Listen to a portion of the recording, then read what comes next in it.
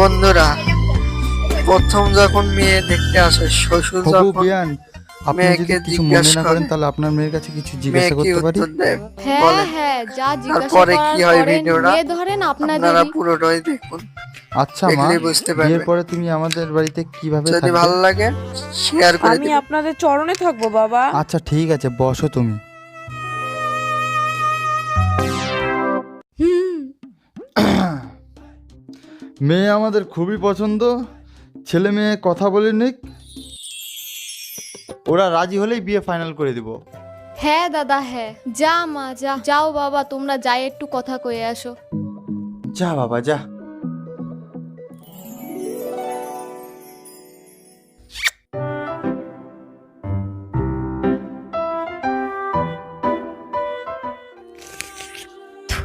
কি কব, তোমারে দেখতে এসেই